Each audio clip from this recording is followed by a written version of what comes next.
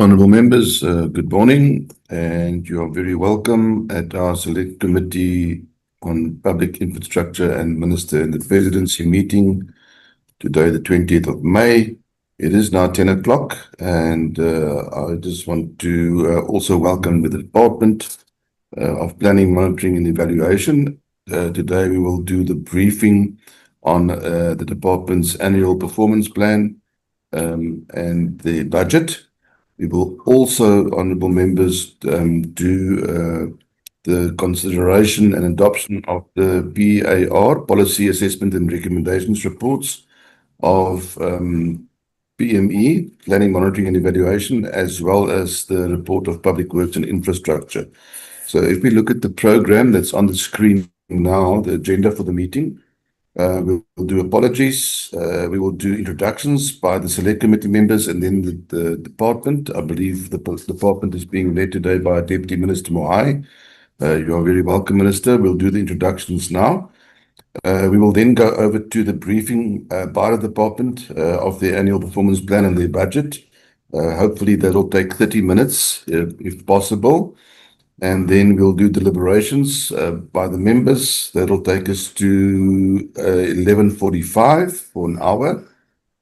We will then excuse the department and go over to the consideration and adoption of the Policy Assessment and Recommendations report, the PARR, of the Department of Public Works. Honourable members, then we will adjourn the meeting for 45 minutes to allow our Secretariat to prepare the Policy Assessment and Recommendation report for the Department of Planning, Monitoring and Evaluation. So that report will be based on the presentation and deliberations that we do this morning. And the reason we're going to do it this way is to prevent us from having another special short meeting which might inconvenience the members more than what it will be if we just adjourn today for 45 minutes, allow our staff to do the report, and then reconvene at 1:45 and go through the report and adopt that report along with any outstanding meeting minutes that we might have. So that'll take our deliberations and activities through to 1 o'clock today. So thank you very much for your understanding and patience in this. Can I ask for a proposer of the agenda, please?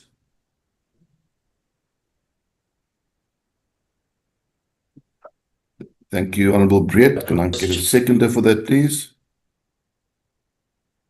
Thank you, Honourable Mabebu. Agenda is then duly adopted. Let us go over to apologies, Mr. Mtelini. Good morning, Chairperson, and good morning, honourable members, colleagues from the department and colleagues from Parliament. We have only received one apology, which is for Honourable Moemang. It's attending the SADC Parliamentary Forum. Thank you, Chair. Thank you very much. Sorry, Chair. Are there any other apologies? Sorry, Chair. I want to tender the apology of Honourable Makesini, who is on the way due to the times of flights. Okay, what's duly noted. Thank you very much for bringing that to our attention. Thank you. Any further apologies? Raise the hand. No more apologies, Chair. Chair. Oh. Deputy Minister Mohai. I recognize you, Deputy Minister. Please go ahead.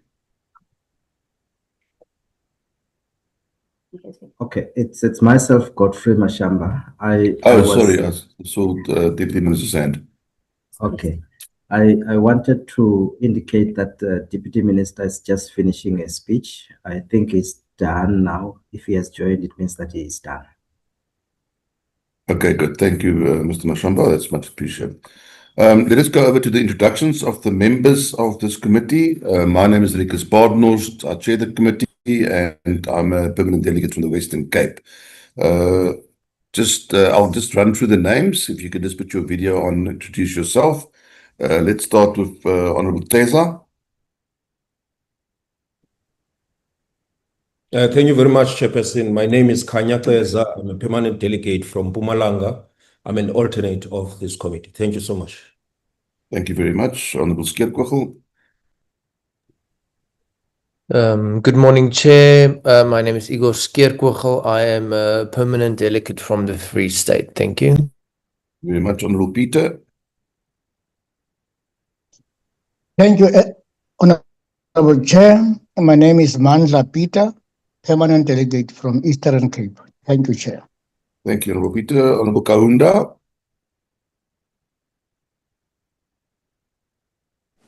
Thank you, Honorable Chairperson. Good morning to you, to all honorable members and the department and our parliamentary team. I'm Olis Kaunda from KwaZulu-Natal, a permanent delegate. Thank you, Chair. Thank you very much, Honorable Molokome. Thank you, Chairperson. Good morning, honorable members and GM. My name is Regina Molokome. I'm the permanent delegate from Limpopo province. I'm also the whip of this committee. Thanks, Chair. Honorable Molokome. Honorable Briet. Morning, Chairperson. Morning, colleagues. My name is Tammy Briet. I'm a permanent delegate also from the Free State. Thank you, Honorable Nzamande.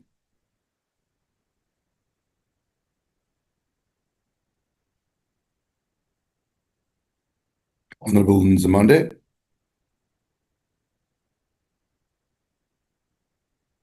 Honorable Nzamande is absent for now. Honorable Makasini has tendered apologies. The last one, I think, is Honorable Mabebo.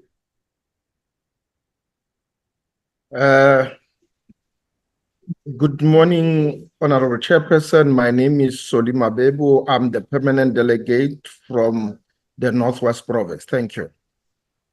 Thank you very much. Have I missed anyone except Honorable Nzamande? Is he back on?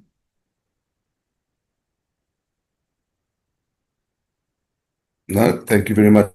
Let's then conclude the introductions of the members. Are we joined by the Deputy Minister Mohai yet?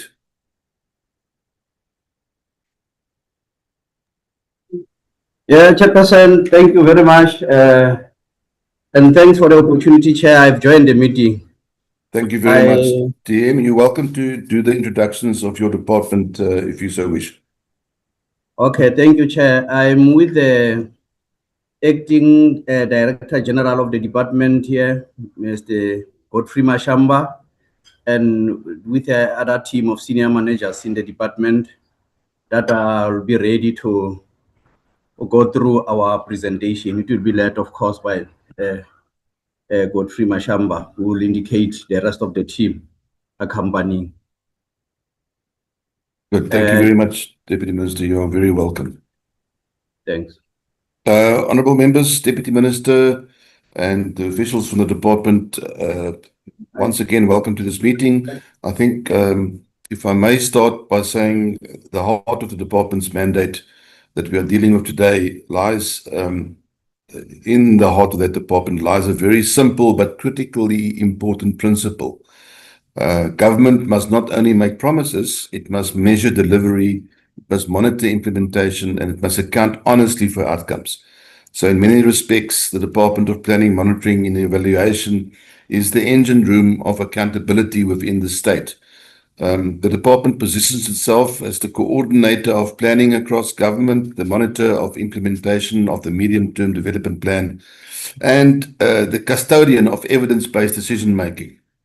I think all of these are not just abstract responsibilities. They in fact go directly to whether citizens experience better services, whether they experience a better functioning infrastructure, the safer communities, economic opportunity, and at the end of it all, a capable state. I think our committee needs to note the department's emphasis on strengthening monitoring systems, the improvement of institutional capacity, and the enhancement of accountability to Parliament. So all of these are very welcome commitments. However, I think the real test is whether the monitoring translates into consequence management and corrective action where the implementation fails. Because too often across government we see well-developed plans, detailed frameworks, and extensive reporting structures while communities continue to experience collapsing infrastructure, poor municipal performance, delayed projects, and weak service delivery. So monitoring without intervention actually risks becoming an administrative exercise rather than a governance tool. And we need to guard against that. So I think our committee will be particularly interested in finding out exactly how the department has measured impact and not only measuring compliance. So we will also seek to clarify on how the department ensures that persistent underperformance across departments and municipalities is escalated and addressed decisively. I think we need to note the department's budgetary pressures, like many other departments also have, including constraints on compensation funding and the high proportion of committed expenditure within goods and services. So this raises important questions regarding institutional capacity and the department's ability to execute its mandate effectively. So, honourable members, effective planning and monitoring are fundamental to the restoring of public trust in the state. And I think Parliament expects measurable outcomes, credible oversight and accountability that reaches beyond just paperwork. So I'm looking forward to frank and constructive engagement with the department. And with that, Deputy Minister Mohai, I hand over to you and the department for your presentation and remarks. Thank you very much.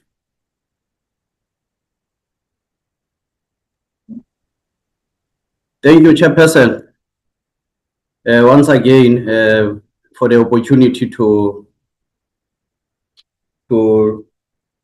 introduce the tabling of the department's report. We extend our warm greetings to all of the members of the committee this morning, and also Honorable Chairperson, note our sincere apologies for the absence of the Minister in the Presidency, Me Marupini Ramokgopa, and the Minister is in the United Kingdom leading the delegation of the Republic of South Africa at the Global Partnerships Conference 2026, co-hosted by South Africa and United Kingdom. Secondly, we sincerely thank you for accommodating our request, Chair. And as we brief the Select Committee today, we are currently in KwaZulu-Natal, participating in a roadshow to promote adoption of the Geospatial Information Management Strategy that was launched in September by the department. Honorable Chairperson and members, it is our privilege to present the Department of Planning, Monitoring and Evaluation Annual Performance Plan for 2026 and 27 to the Select Committee on Public Infrastructure and the Minister in the Presidency. This APP represents the DPME's unwavering commitment to advancing priorities of the 7th administration as espoused in the Medium-Term Development Plan 2024 to 2029 and the NDP Vision 2030. The DPME mandate is to drive effective planning, robust monitoring, and evaluation of the impact of government programs and supporting cabinet decision making. This enables improved alignment, oversight, and performance management across the state. Following the formation of the 7th administration, the department led the development of the MTDP to capture the priorities of Government of National Unity. Cabinet approved the MTDP in February 2025, enabling the DPME to guide planning across government to align department programs with the MTDP. 3 key priorities of the 7th administration that stands out: 1, driving inclusive growth and job creation, reducing poverty and the cost of living, and building a capable, ethical, developmental state. Through strengthened governance, enhanced capacity, and increased use of evidence, we aim to deliver improved developmental outcomes. To achieve this impact, the department will focus on strengthening governance and institutional capacity, improving government-wide planning, enhance monitoring of implementation, increase the use of evidence in decision-making, and strengthening stakeholder engagement.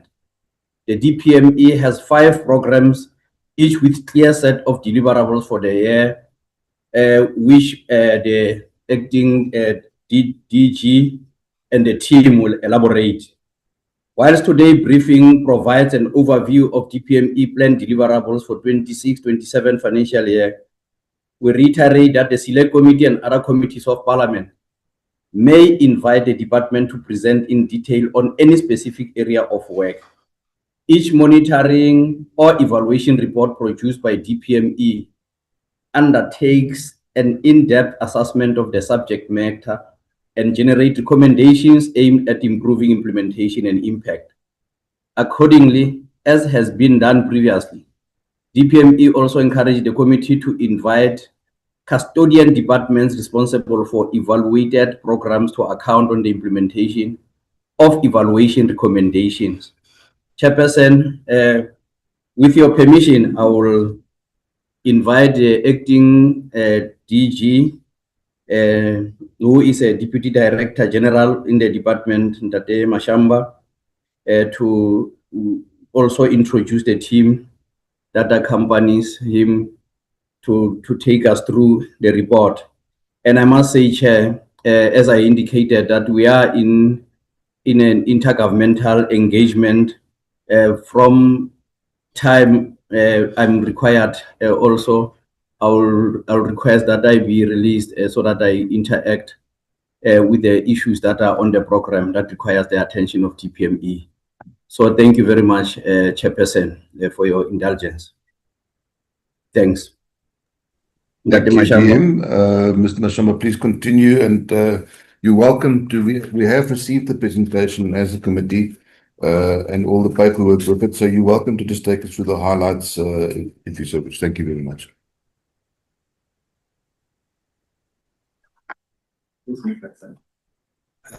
Thank you. Thank you very much, Honorable Chair and Honorable members. My name is Godfrey Mashamba, as introduced. I am here as Acting Director General, accompanied by a senior team in the department. We will request Mr. Clement Badale to take us through the presentation. The team includes other DDGs and also the Chief Financial Officer of the department. Will be ready to interact with the questions afterwards.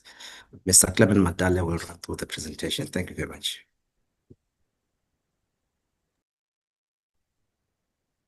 Good morning, Chair and honorable members, colleagues, and the DM. I'm not able to share the presentation. I'm not sure if the host will be able to share so that I can take the members through. Mr. Mtelini, can you assist with sharing rights? Chairperson granted. Thank you.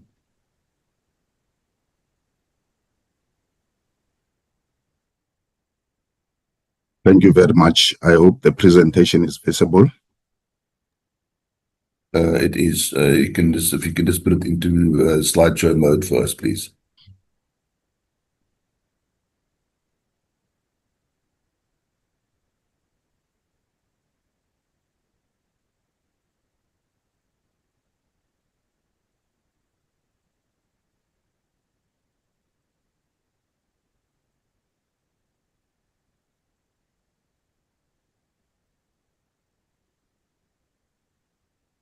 Thank you, Chair. We are going to take you through, and forgive my voice. I've got a bout of flu, so it's a bit hoarse. I'm going to take you through the department APP for 2026-27, including the strategic plan where we made some amendments.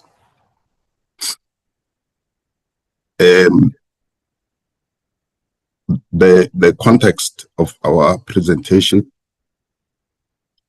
it's the strategic plan, APP, and budget, which the CFO will take you through. The presentation outline key priorities and deliverables and demonstrate alignment to national priorities. Our mandate, Chair, is planning, monitoring, and evaluation, as well as strategic intervention where we are required to intervene. The context of our planning is informed by the National Development Plan, NDP 2030, as well as the Medium-Term Development Plan 2024-2029, which prioritizes the key priorities of the 7th administration. The priorities of the 7th administration, Chair, focuses on inclusive growth and job creation, the reduction of poverty and the cost of living, as well as the promotion of a capable, ethical, and developmental state. Our role as DPME is to coordinate planning across government, monitor the implementation of the medium-term development plan. We evaluate the impact of programs as well as support cabinet decision-making. And to an extent also assist Parliament with its oversight responsibilities. Our strategic impact statement is to improve developmental outcomes through effective implementation of the medium-term development plan. We have outlined 4 outcomes as per the revised strategic plan. One is to improve governance and capacity. We also want to improve government-wide planning. We want to strengthen monitoring of the implementation of programs. We want to increase the use of evidence and also enhance stakeholder engagement.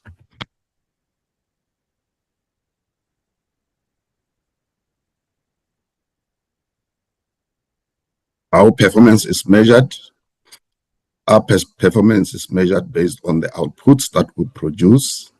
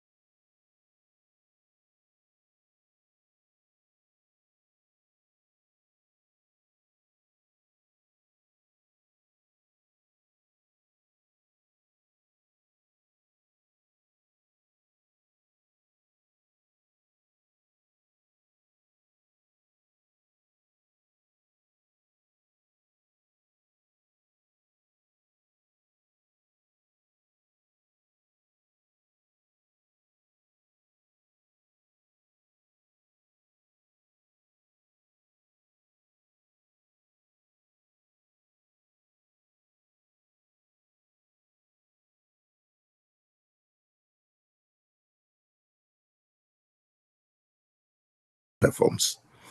The following section outlines the output indicators, as well as our annual targets. We then have Program 5, which is Evidence, Evaluation and Knowledge Management Systems. This is the branch that produces the evidence for planning, monitoring and evaluation.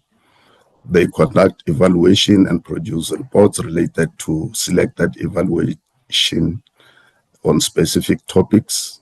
They also conduct research to inform our work.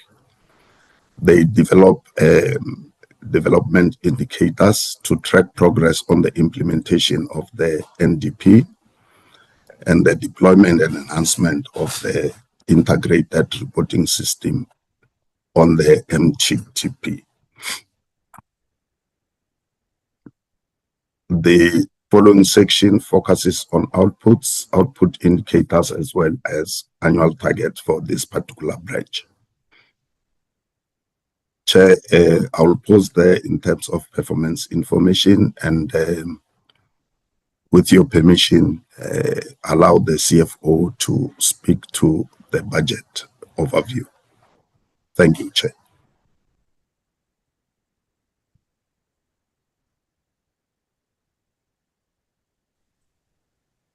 Good morning, Chairperson. Thank you very much. I just wanted to say thank you, Mr. Madola. Please continue. Sorry for the interruption. Good morning, Chairperson, the honorable members, the DM, and the colleagues. The budget of the department for the 2026-27 financial year is 532,989 million. This is against a budget from the previous year of 514. The increase is about 18 million, which translates to 4%.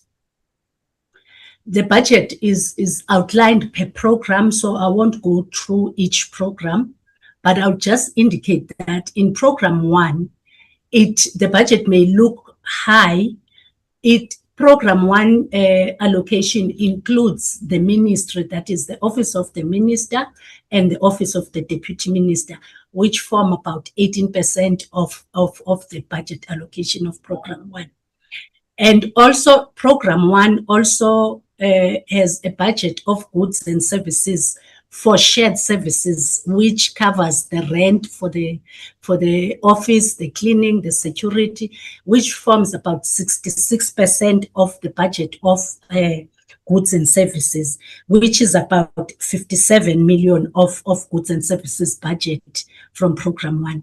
The budget of program 2, mainly it's goods and services. The bulk of it is used to pay the NPC commissioners, which is about 68%, which is translate to about 12 million. And then for program 4, the goods and services budget, the main cost driver is the presidential hotline, which is about 14 million of the budget. The next slide, please. It's the budget. It's outlining the budget per economic classification. For compensation of employees, this year we are allocated 388 million. In the previous year, it was 347 million. The increase is very nominal. It is mainly to cover the cost of living adjustment. And it doesn't have room for growth in terms of the capacity of the department growing.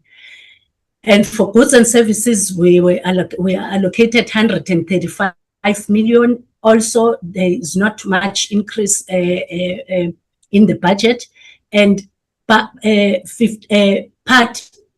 of the budget is already committed on multi-year contract, which is about 58% of it, and the difference is what is left for carrying out executing the APP of the department. For transfers and subsidies, we were allocated an additional amount of 5.6 million for payment of early retirement severance packages, which was the one that was for the 31st of March. Payment for capital assets, it's not much. It is about 2.8 million. Most of the time, we are not able to procure assets for the department. That budget, part of it is committed, about 1.9 million, which is about 68% is committed to lease copiers. So the difference is just not much. It's about 900,000, which then forces the department to do environment during the financial year so that we are able to procure assets for the department. The last slide, it's the next slide. The last slide, it's more or less the repetition of slide 1. The allocation of the budget per program, but in this one we are detailing the allocation per program, per economic classification. So in other words, how much is compensation for each program, how much is goods and services for each program, and the one for transfers and subsidies, we had to just pack it under program 1 to pay for severance packages. Otherwise, the officials were from the different programs, not necessarily from program 1. And then also payment for capital assets, we just put it under program 1. It's for the lease assets, for the lease copiers, which we take it as one of the shared services as well. I think that is the end of the presentation from my side. Thank you. Well, Please go ahead. Adale. in conclusion, Chair, our key commitments and conclusion are as follows.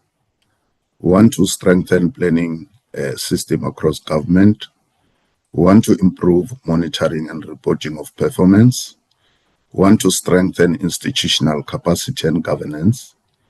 1, to focus on evidence-based decision-making, and also enhance accountability to Parliament. Thank you.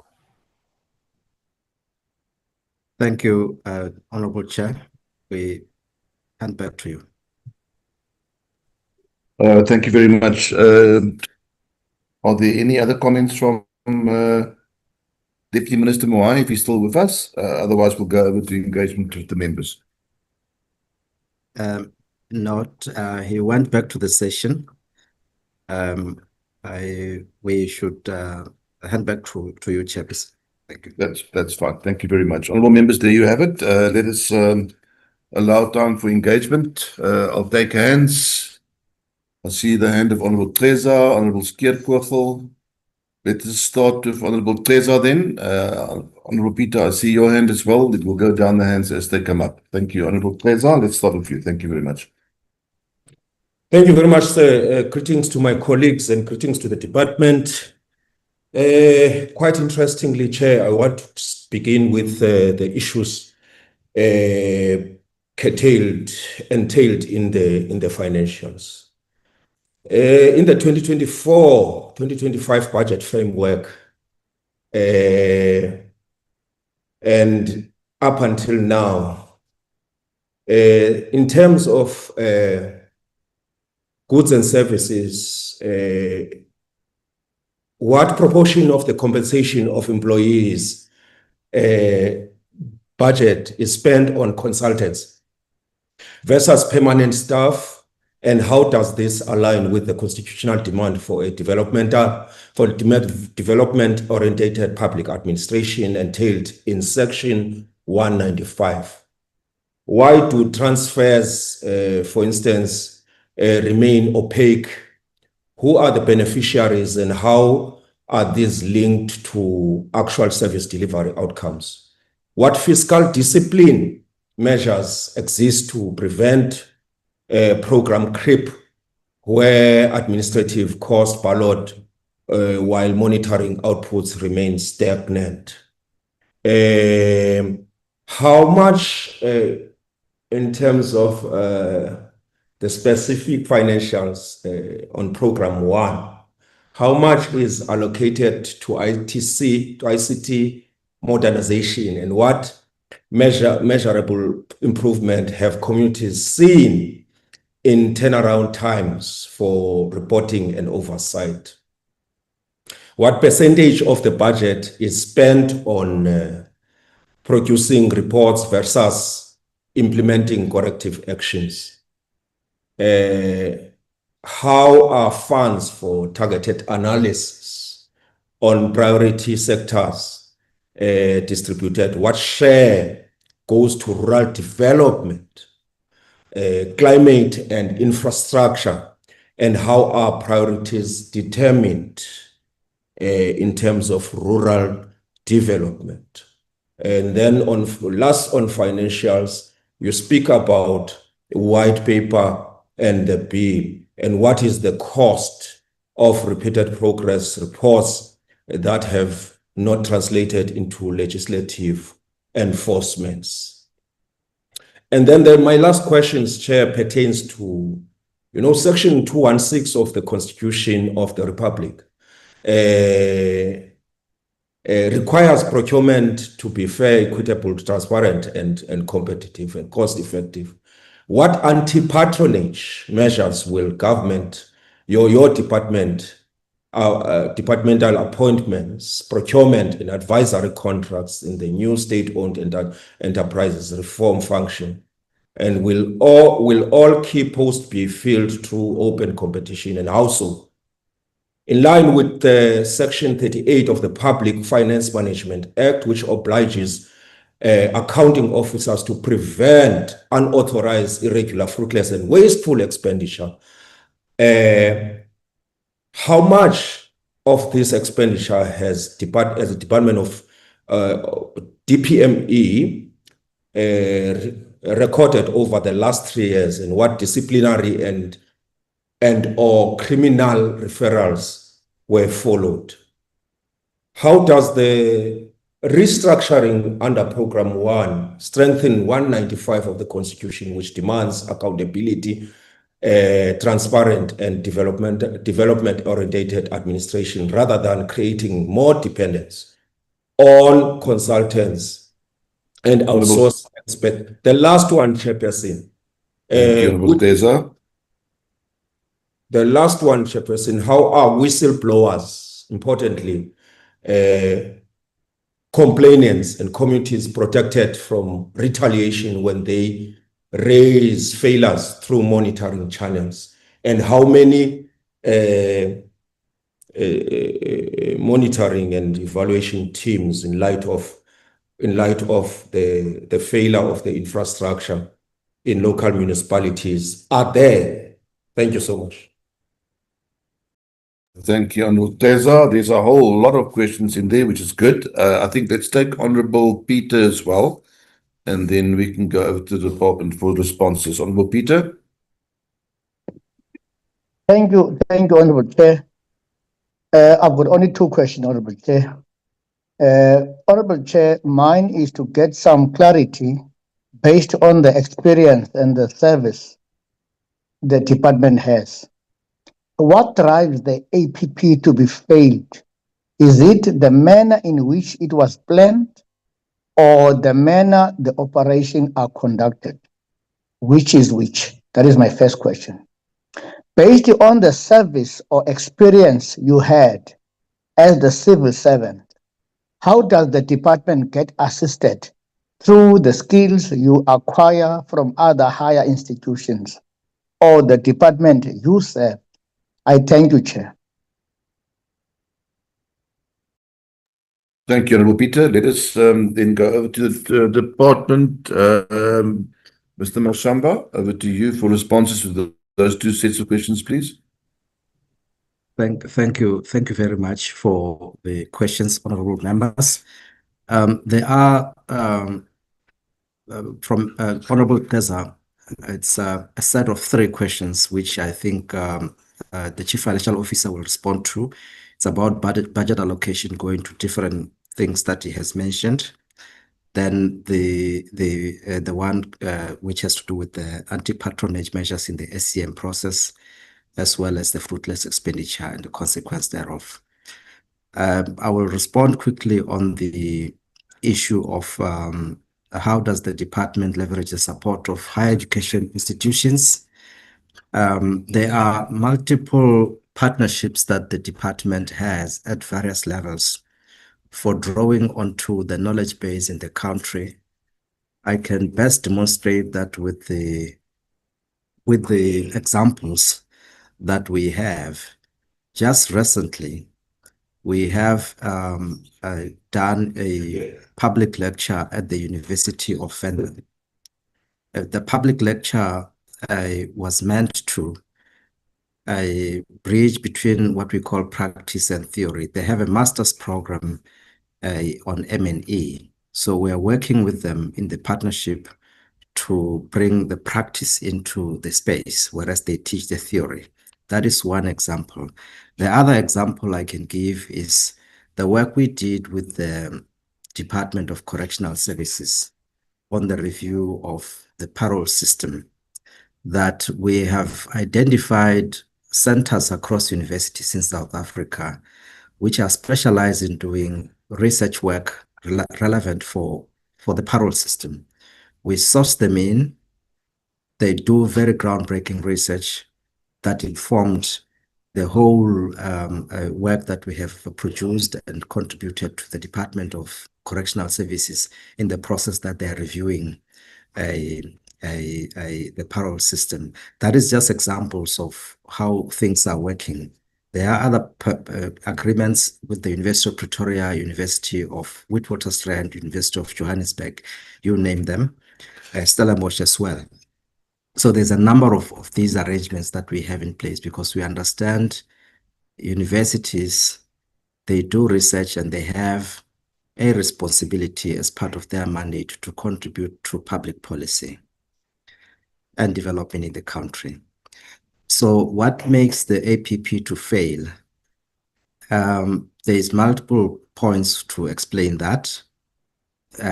It's when targets that are set are not correctly identified. They are not correctly targeted. They are unrealistic and all that. But also it's about implementation. The effectiveness with which the institution aligns its resources to implement what has been planned is very important. Sometimes it's about the resources that the organization has. Government across, there is a constraint on the budget. Some of the targets that you find in the departments are lesser than what is actually required out there just because they are budget constrained. We want to do more, but resources enable you to do so much. So the effectiveness with which you can do more with less is actually very important. Let me hand to the CFO to deal with the finance issues. Thank you. Thank you, Mr. Mashamba. In terms of the portion of the COE that is used for consultants, the COE is not used for consultants. If we are paying for consultants, they are paid under goods and services. And as indicated in slides, slide 30, there's significant part of our budget on goods and services that goes to consultants. It is what we pay to the commission and as well as the audit committee. For consultants that carry out, conduct projects for evaluations or research, it is not much of our budget. In terms of the beneficiaries of transfers, it's the economic classification is used for leave gratuities in terms of our department. We do not have transfers to third parties or other institutions. So basically transfers for us, it is mainly for payment of leave gratuities when officials retire or resign. And then also it's used for severance packages. So it's mainly for payment of that. Also, there was a question on how much is allocated to ICT modernization.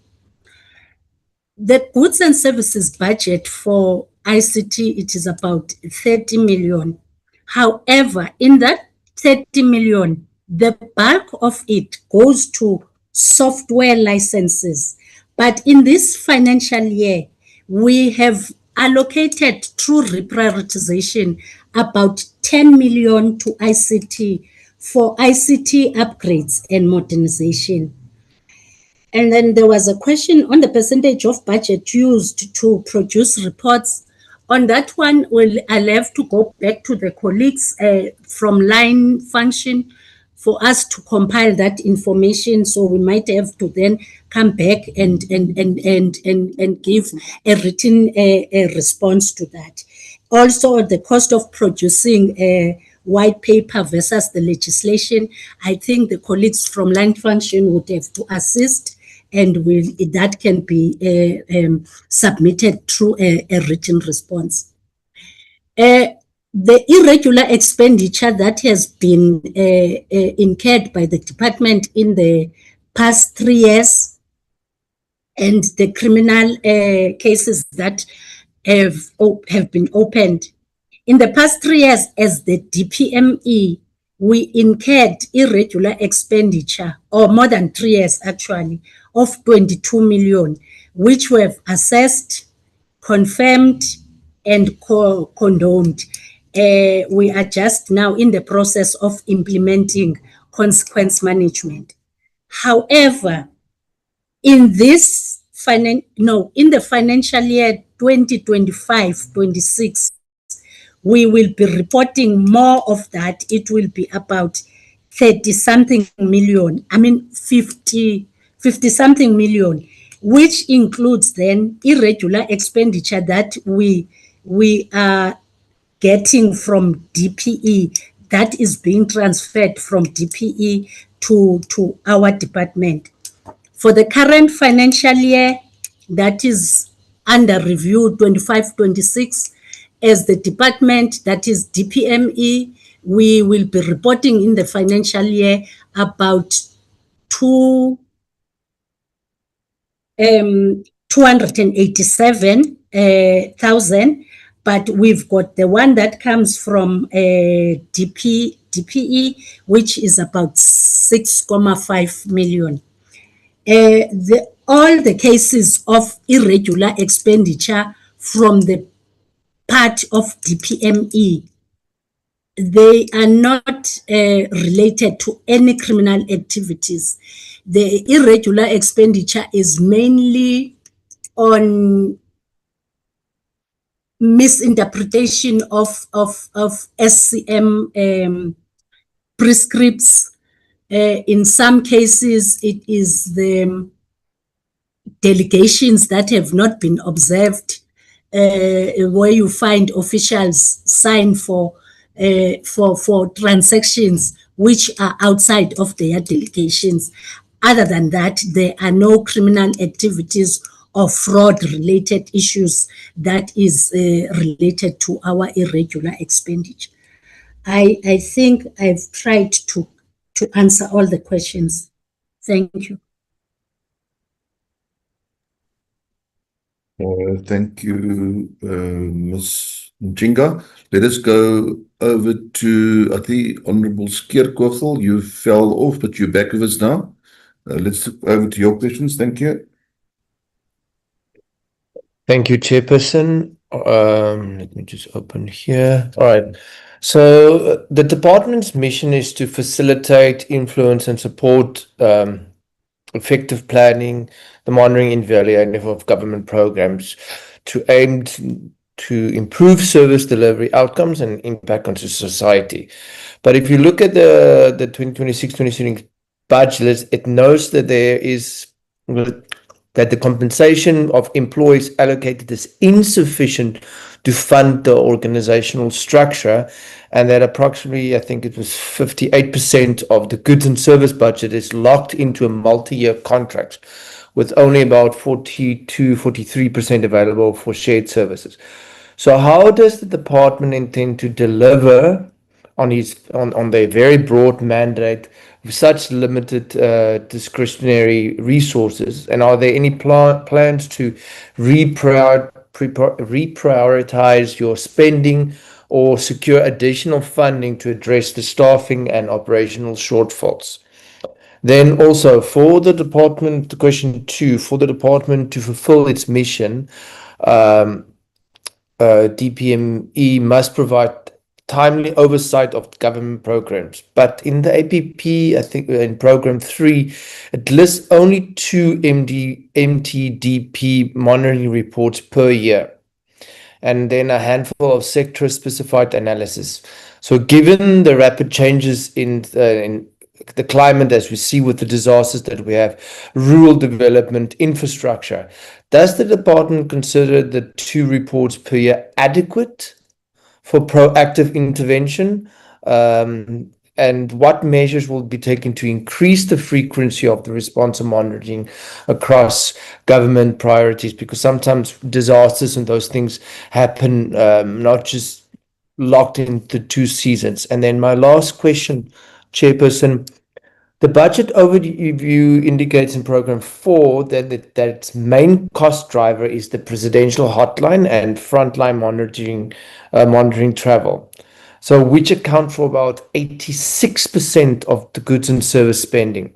So how would the department justify such a huge allocation to the hotline when its broader purpose includes building institutional capacity and then strengthening public sector monitoring? And then what steps will be taken to ensure that the capacity development and service delivery monitoring are not underfunded because of the hotline expenditures? And then just on this of the hotline, Chairperson, I just want to find out from them. I think in the previous time they've answered that when they receive complaints from citizens, it's then forwarded to the municipalities to execute, or the provincial departments. Do they ever follow up afterwards to see if these things have actually been actioned, or will citizens then just have to come back to the hotline? With that, I'm done. Thank you, Chairperson. Thank you, Honourable Skeerkogel. Let's take the questions of Honourable Kaunda as well. Thank you, Chair. Let me welcome the presentation, Chairperson. But there should be things that when one raised, maybe they'll be informed by not having more clearance on what is expected, but I apologize in advance. Chair, if you look at the government challenges that you are faced with, it's not about the shortage of money. It's not about the shortage of employees, but it's about how we utilize the resources at our disposal. That is my own analysis. Why I'm saying this, if you keep on doing one and the same thing, but you expect a different result, it doesn't help you anyway. President Mbeki decided in his administration that he is going to put presidential nodal points, and there were factors which informed that. Poverty, issues of crime, which are as a result of poverty and other things. But comes the next administration, they just shelve that, they do something new. So it doesn't help. So I believe that monitoring is not only about policing, but it's also about evaluation, what works and what does not work. So in government, we are underutilizing people who are there. So that must change. So I'm raising this because in Nanda, the area where I come from today is the criminal hub and capital of South Africa, because it was identified so that early interventions through early warning systems can be made. But today we all shout and become shocked why Inanda on sexual offenses, why Inanda on matters is always leading. But we have just shifted the intervention.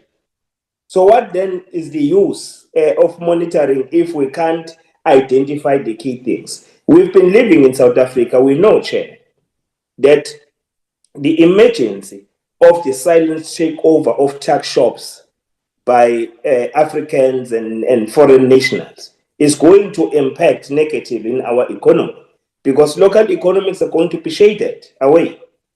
But what are the monitoring systems and early warning systems that we have put in motion so that we monitor, we prevent, and we manage that situation? So now at the tail end, we are all complaining, hey, these people banning ezweni, bathathile man, as if we're not living in the country. So we thought when this department was introduced, it was not only introduced just to be policing other departments, but to look at the strategies of government and frameworks, whether this does work or it does not work, and put early intervention. So I think I'm worried, Chair. I think there should be a change of attitude.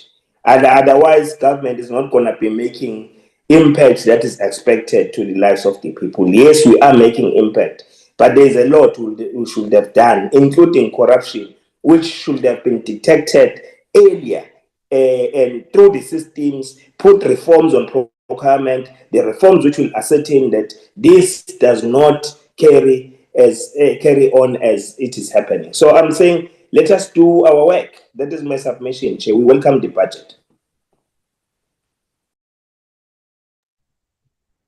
Thank you, Honorable Kaunda. That's good input. Let us take Honorable Molokome as well, then we'll do the responses. Thank you, Chair, for the opportunity, and let me acknowledge the presentation made by the department.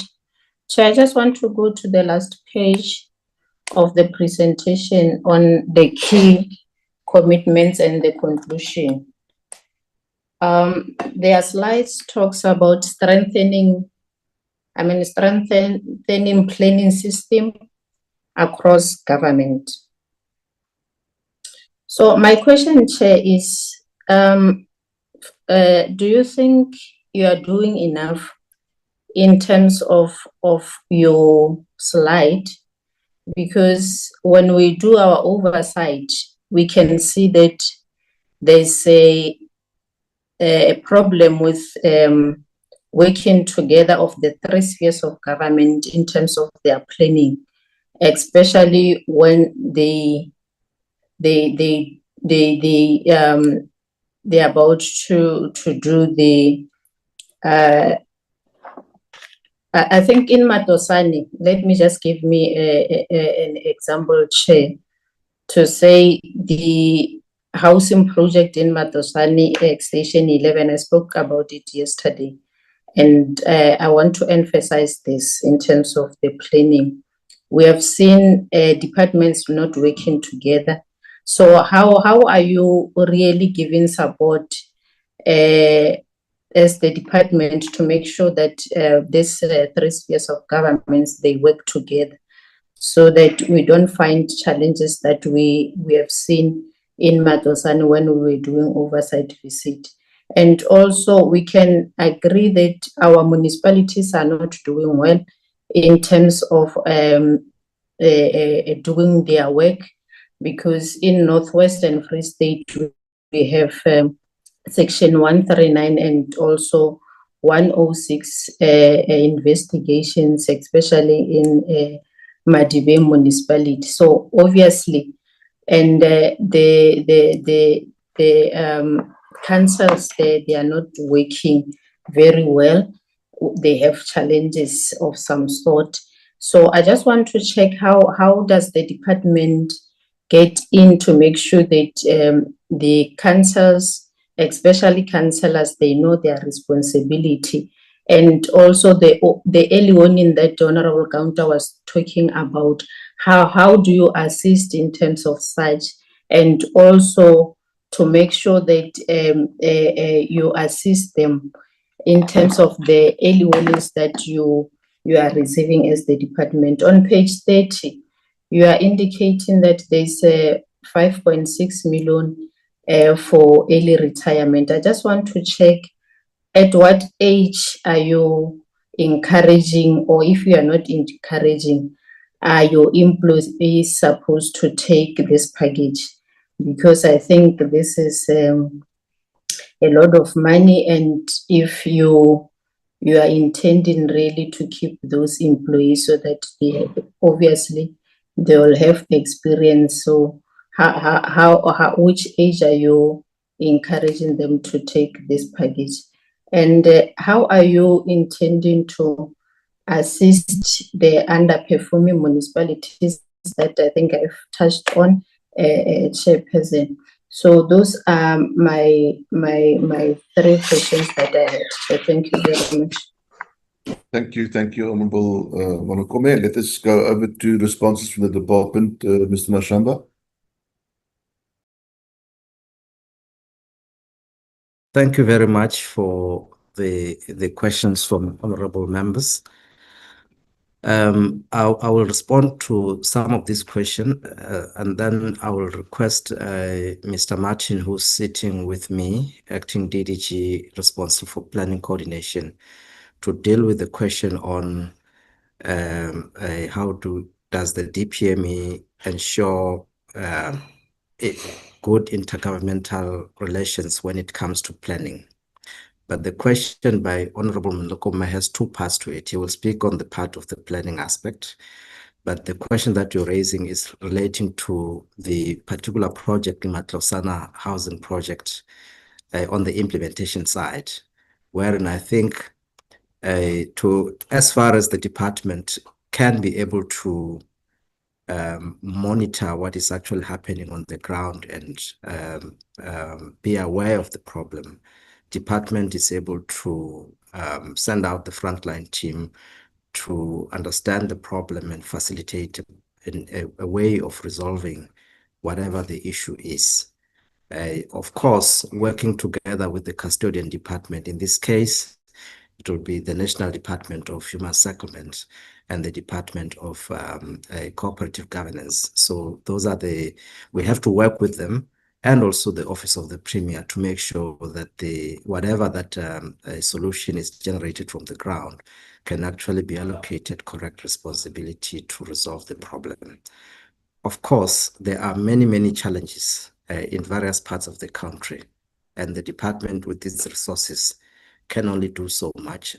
That is why what one wants to borrow from another sector called the force multiplier, we have to work with other offices in the other government departments and also with the provinces to make sure that there is a better reach in terms of the monitoring and assessment of challenges, implementation challenges on the ground. Then the issue of severance package, I think CFO will respond to that one. On the issue of how do we improve outcomes yes, how does the department plan to prioritize its resources or additional resources to deliver on its mandate, given that our mandate is so wide? I'll go back to the response I gave earlier, that with the amount of budget that we have, which the CFO correctly demonstrated has not been growing, over the past few years, the department has actually scaled down in terms of human capital. The COE budget has been cut, and that is not only a unique problem for the DPME. We have lost certain posts in our establishment, so we have fewer people than we had 4 years ago. So that means that while we are restructuring at the moment, reviewing the structure of the department, work must take place. We have reallocated work across the department as branches and units to the best way we can. But again, the scale at which we are able to intervene, we can't do everything that needs to be done. We have to rely on partnerships and collaboration, working with other departments, the higher education institution, but also state entities in actually advancing the work that we do. So then another question is with regard to the 2 reports. I think the same response would apply, whether the 2 reports that we plan to to produce on a certain monitoring outcome are sufficient. It's about prioritization as to where is it pressing the most, where it's itching the most, where we should focus on. The two reports, certainly they are not, they may not be sufficient, but when they get produced, they make a big difference for to whatever focus area that they are dealing with at that point in time. The allocations to the presidential hotline is a question that presidential hotline must continue happening, must continue operating, and it has a certain fixed costs that it requires in order for it to continue running. So that is why funds are committed there to make sure that it runs and it delivers on what it has to do. There is follow-ups. I wanted to call upon the DDG responsible for that program, but unfortunately he's not in the meeting. He could be on the ground. But what happens is that when DPME refers a challenge or a resolution of a problem to a particular authority, it does follow up. There is data that the Office of the Presidential Hotline collects to track resolution of problems. So there is that indeed in place. So Mr. Martin will respond to the issue of intergovernmental planning work. Thank you. All right, thank you, Mr. Mashamba, and good morning to the honourable members. My name is Lindsay Martin. I'm the Acting DDG for Planning. In terms of intergovernmental planning or cooperation with the other spheres, there are different mechanisms that we use. But maybe a good starting point is to say, I mean, at the beginning of this term, we had engagements with provinces while we were developing the medium-term development plan. So that was across all 9 provinces. We basically leveraged off the offices of the Premier and the Premier's coordinating forums to share progress, but also to get feedback as part of the development. And that then allowed for, I suppose, the interface between the medium-term development plan and the respective provincial plans or growth and development strategies in certain cases.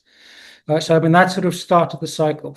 We then, from almost a regulatory perspective, we have what we call the framework for strategic and annual performance plans, which we manage, and that is regulated by the Treasury regulations. And then we oversee that, and we also provide guidelines for both national and provincial departments as part of that. And we leverage the capacity of the offices of the Premier to then do the coordination in line with the guidelines and circulars that we issue. We also have coordinating forums. There are 2. The National Steering Committee on Integrated Planning is basically centre of government departments and the offices of the Premier, which allow us to coordinate on strategic issues. But we also have what we call technical planning forums for provinces. And that happens as part of every annual planning cycle. So every year we issue guidelines on what are the key milestones as part of the planning cycle. And then as part of those quarterly engagements, make sure that provinces are also kept up to speed as part of the process. On the local government side, we don't have direct planning oversight, so to speak, because the Systems Act gives that function to the Department of Cooperative Governance. But we also work with them in relation to making sure that national priorities are integrated into the guidance that they issue to local government, especially in relation to things like the integrated development plans. We also then cooperate with them on the implementation forums for the district development model, which they coordinate. So, I mean, those are the main mechanisms, both policy instruments, guidelines, but also then coordinating forums where we collaborate and also get feedback as part of the process. Thanks. Thank you. We'll request CFO to respond to the other issue on severance package H. Thank you, Mr. Mashamba. The early retirement and voluntary exit programs are driven by Treasury. They were approved by Cabinet in 2024, I think. So as a department, we don't have control over that except to just notify the officials based on DPSA circulars that those that are interested, they must apply, and the additional funding for that we get allocated by Treasury. So it's a specific program that started with the first group was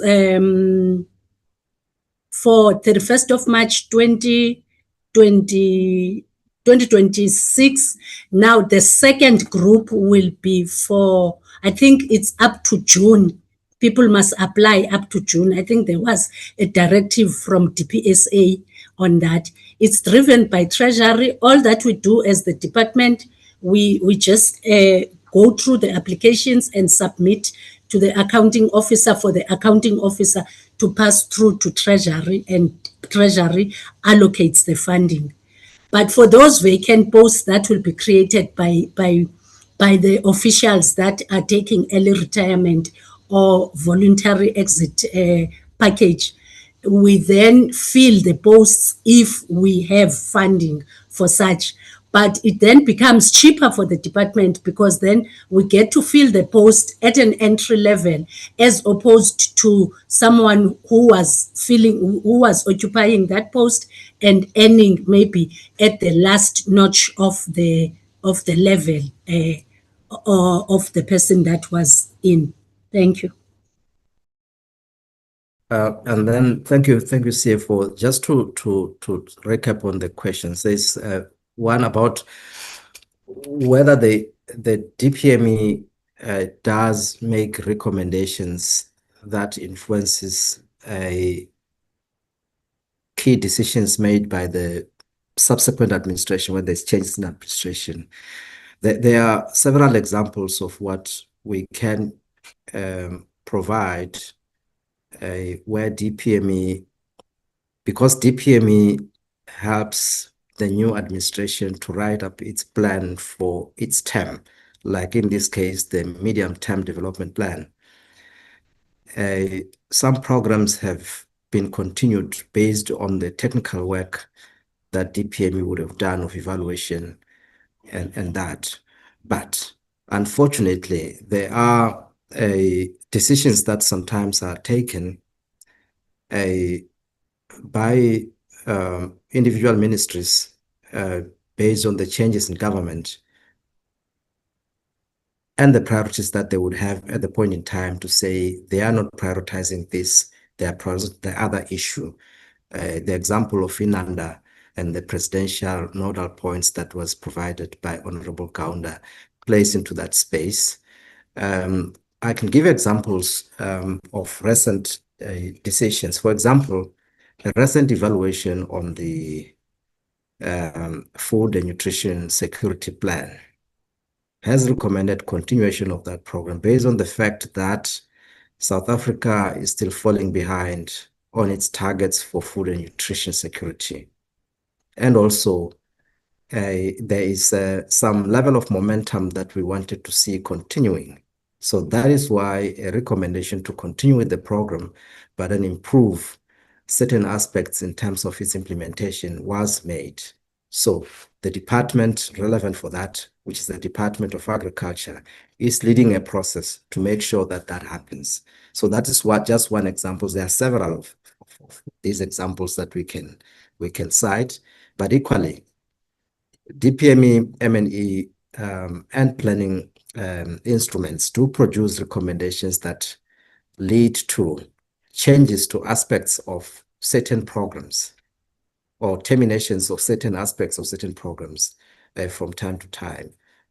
When it comes to the time of planning for the 5-year and planning on the annual performance plan, those things, recommendations are often taken into account when the new plans are being developed. Thank you. Over to you, Chair. Thank you, Mr. Mashaba. Ms. Nchinga, I note your comments in the chat.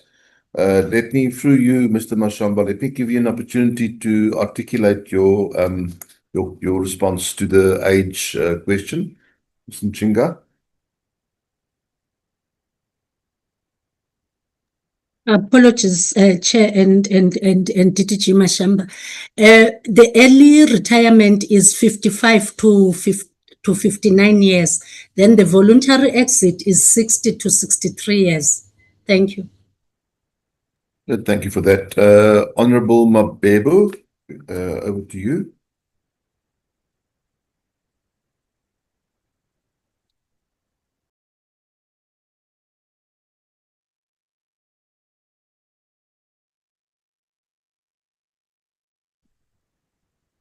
Thank you very much, Chairperson. Let me start by welcoming the presentation.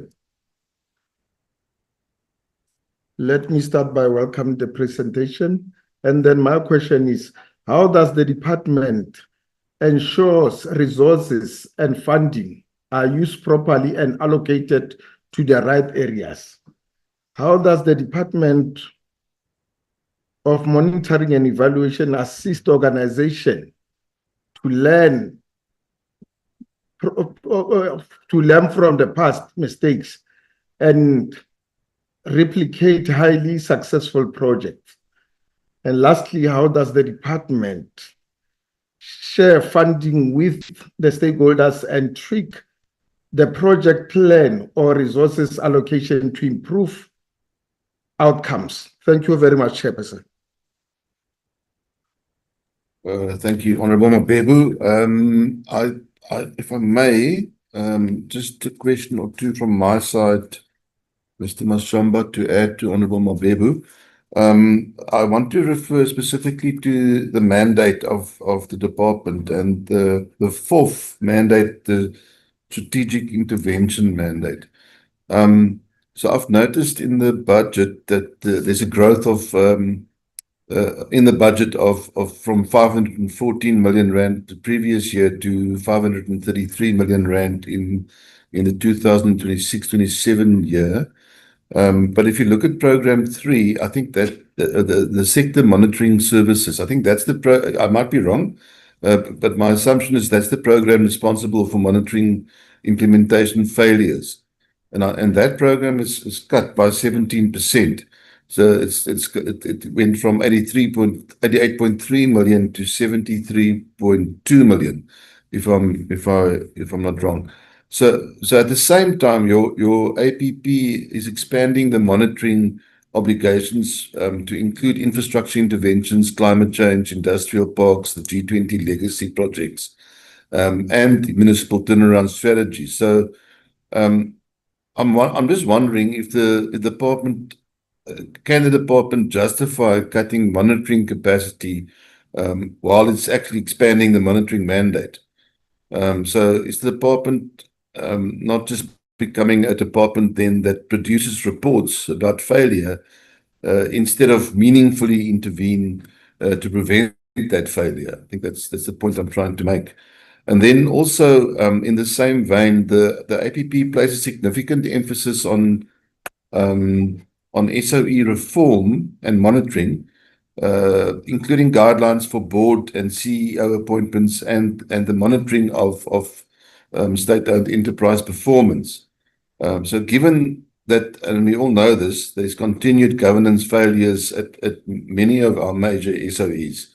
So what authority does the department actually possess to intervene when recommendations that the department make are ignored?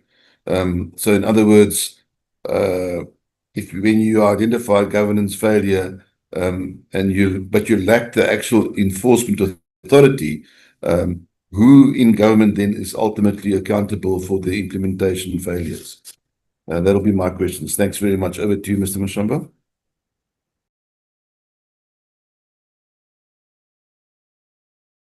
Thank you very much for the questions, Honorable Mabebo and Honorable Chair.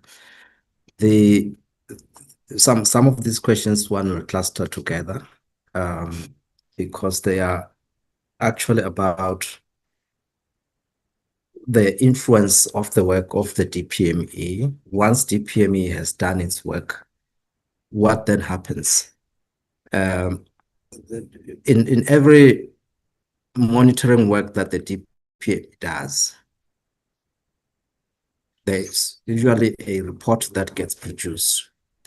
And such reports, when they get produced, they do indicate what are the successes and then the challenges, and then produce a set of recommendations. We try by all means to produce what is called actionable recommendations.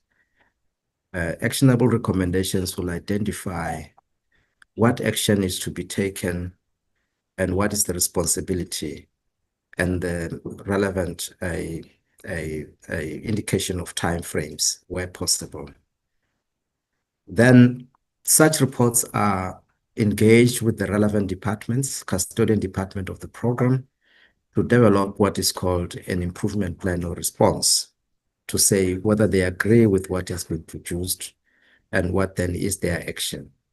So it's incumbent to the departments to see in what kind of plans are they going to this. They can develop an improvement plan, and aspects of that can be incorporated in their operation plan or APP or strategic plan, depending on how it plays out in that department, that they should implement. Such reports would have taken lessons on implementation. What were the mistakes, but also what has worked well, which then needs to be replicated going forward. That's the kind of influence that DPME would have. And some of these reports are not, depending on the nature of the report, they are not only left with the department. They get presented to relevant parliamentary committees who can then exercise necessary oversight or on the implementation of the recommendations. Some of these recommendations find themselves presented to clusters where all DGs are sitting, and also to ministerial clusters and cabinet. Make sure that they do see the light of day for implementation.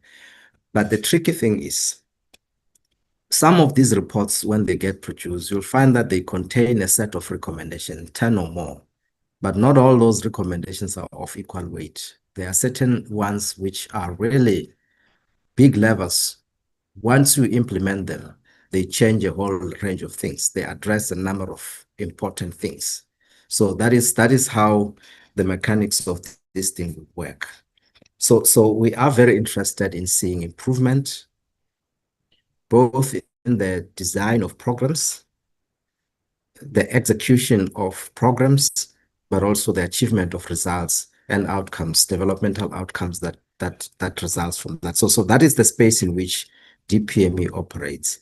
So when it comes to the SOEs reform and monitoring, there's a report that DPME has actually produced recently. I must just verify what is the status of that report on SOE monitoring.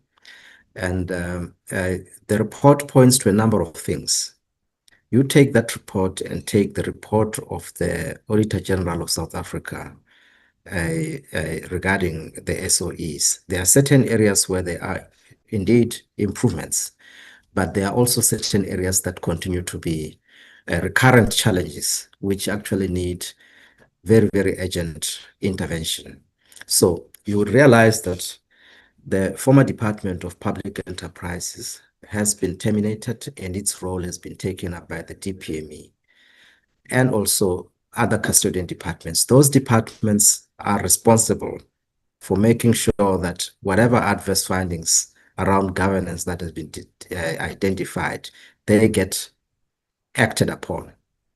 So DPME has now taken a role to develop the state-owned enterprises bill, but also mechanisms to improve governance, which one of it will indicate or will guide in terms of how boards of entities and CEOs of entities are appointed, including also their remunerations and all that. So implementation, once those guidelines have been finalized, will be very, very important. And the strong oversight of the parliamentary committees on these things will be very, very important. Now, the infrastructure portfolio, it could be a question of how it comes out in the document, but infrastructure, according to the MTDP and also the State of the Nation address by the President, it's central to the driving economic growth of the country. But not only that on the economy, but also in improving societal transformation in a big way. So infrastructure is big. So if DPME does not look into infrastructure development and be part of the solution there, then we will become irrelevant. So that is why it's there.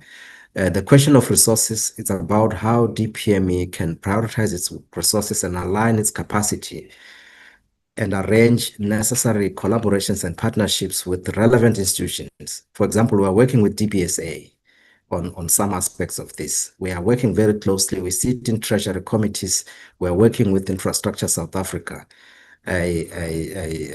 because there are certain monitoring mechanisms that those institutions must have in place. We contribute to how they are designed, what kind of data they capture.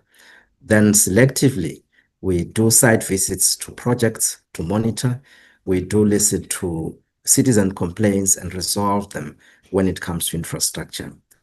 Then another big area on infrastructure is sitting with the local government and the provincial government. So we have to work with a municipal infrastructure with MISA at COCTA and also the provinces and local government to make sure that whatever the responsibility is of infrastructure maintenance needs to happen. Thank you very much. Well, thank you, Mr. Mashamba. Honorable members, we've gone through all the members with hands up. We have a bit of time, so I want to afford any of the members that feel that they need further clarification on the original questions. If they want to just have a second bite. Honorable Treza, your arm must be really tired because your hand has been up the whole time. So I assume that you want to have another bite. So let's go for it. Yes, Chair, just a bit of bite to the colleagues who are responding from the department. The first monitoring that I think the department should respond to is the causes of the officials that are acting currently and what's happening in where the process is currently, because I think that the Department of Monitoring and Evaluation should be privileged to actually deal with those matters before going outside the house to actually deal with other departments. So the question that I was asking is pertaining to the monitoring officials. How many monitoring officials does the department employ nationally? I wanted a quantification relative to the number of municipalities and infrastructure project requiring oversight, and whether indeed does the department believe this capacity is sufficient to detect corruption, project manipulation, and service delivery collapse in real time, Chair. I also wanted a quantification of the financial cost to the state of incomplete and abandoned municipal infrastructure, including sewers, plants, water reservoir, electricity substation. I know in my sub-region of residence in Steve Church, a local municipality, there is an issue there of electricity substation that has been sitting there since the last term, and some infrastructure issues in Emakhazen local municipality in Mpumalanga, and what proportion of these losses arose from poor planning versus corruption and procurement irregularities. And I'm asking this within the context of the DPME findings and recommendations, and whether the public could access those, and how would they access them across all languages of all official languages, Chair. Thank you so much. Thank you, Honorable Teza. I see your hand also, Honorable Peter. You want to ask something for clarification on your original question? Yes, Honorable Chair. Chair, mine was just to check, Chair, for proper monitoring and proper evaluation. I was asking myself, what makes the annual performance plan not to rise up rather than to drop? Why is it failed, but there's a proper monitoring? I was just checking that, Chair. Thank you, Chair. Good. Thank you very much, Mr. Mashamba. Over to you for those two sets. Thank you very much, Chairperson. There is a team that's sitting in Pretoria, which I want to request to respond. Mr. Edwin Besser is acting corporate services DDG, is also responsible for state-owned enterprises. He might want to add a bit on the response to the SO issue, but he can respond to the issue of the acting positions and process of filling vacancies, as well as how many employees that DPME have. Then I think also Mr. Tabo is also in the acting DDG responsible for public sector monitoring. He might want to add a few points to add. I was not aware how they have joined, because I was not seeing their names on the system here. Then the issue of the financial cost of municipal infrastructure that's incompleted. Department of Public Works National and Infrastructure has done an assessment to identify incomplete projects, because the DPME has raised this issue before, that it is a concern that there are so many projects that have started, not completed, others buried halfway, others of poor quality. So they've done that work and they've devised a plan on interventions. And the Minister of DPWI has been talking about that particular plan, which I think maybe recommendation from the DPME for the select committee to maybe invite them for a detailed presentation on that one. Over to you, Mr. Besser and Mr. Mokosane. Thank you very much, Chair, and good morning, honorable members. Good morning, colleagues on the platform. Yes, I would like to touch on the SOE reforms. As you are aware, the National State Enterprise Bill is in Parliament, and that's a bill that would strengthen some of the work that we are doing. Issues like following up on implementation of recommendations. Since the bill will incorporate things that are expected to be done by the SOEs, it will be easier to follow up. For example, one of the things that is to be in the bill, or is to be in the act once it's enacted into law, is that departments would have to report on non-compliance with what is expected of them from the recommendations. For example, if board appointments are done not in line with what is in the bill, or which will become into act once it's enacted into law, then those departments would have to publish in their annual reports why they've not complied with what is expected of them in the bill. So this is going to strengthen some of the implementation, which will make it much better for departments and SOEs to comply with the bill. Even when it comes to monitoring the performance, there will be recommendations that will be done once we identify any non-compliance or any weaknesses. which then those departments and SOEs would have to implement. And if they're not able to implement, they would have to report in their annual reports why they've not implemented. And those actions would also be audited by the Auditor General to make sure that what has been recommended is implemented. So that's going to strengthen our monitoring, as well as making sure that the recommendations are implemented. And then there was the other question of why are there so many acting positions within the department?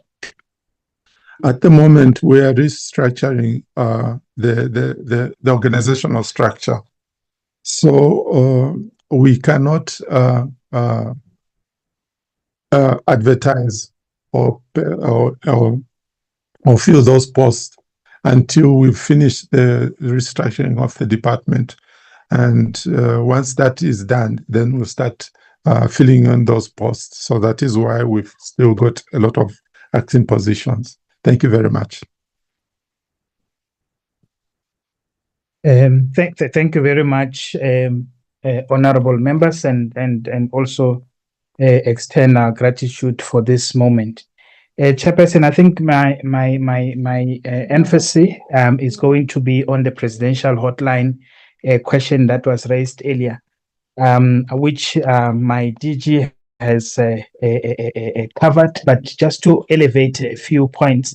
One is that we continue to monitor both national departments and also the provincial departments that we receive queries on. And as we speak, we as of the end of the financial year, the provinces are sitting at about 66% in terms of resolution rate. And the national departments, we are sitting at a 50% resolution rate. Yes, we acknowledge that in terms of the national departments, that's a bit low, but there has been, or we continue to have continuous engagements with those that are not performing well.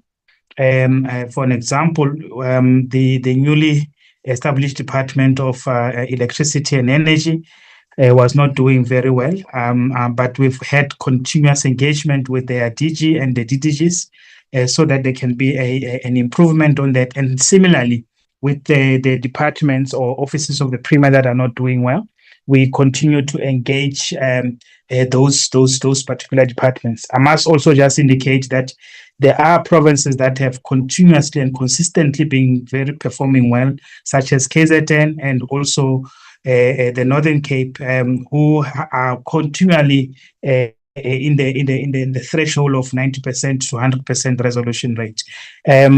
We also, as part of the continuous monitoring, we do conduct what we call a customer satisfaction surveys, which currently the one that we have is sitting at 64% of citizens that are happy. And we are continuing to engage those that have indicated that they were not satisfied in terms of their the resolution rate.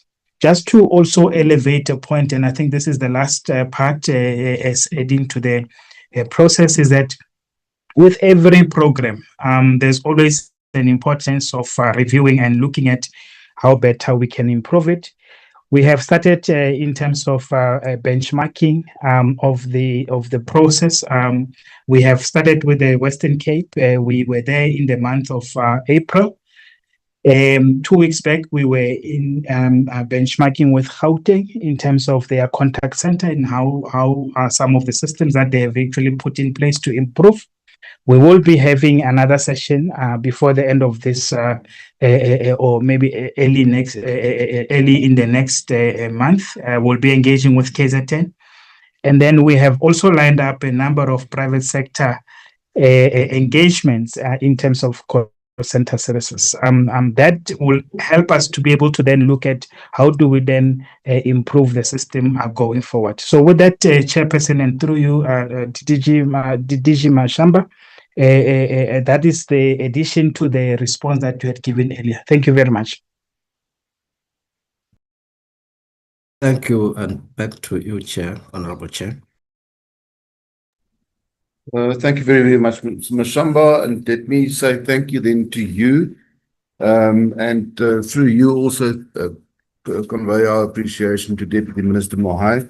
I know that he's engaged at the moment, but thank you very much for your participation today and presenting your AFP and your budget. And let me thank our members for their engagement with your department. I also wish a speedy recovery to Mr. Madala. You need some honey and lemon there, and you'll feel better soon, I'm sure.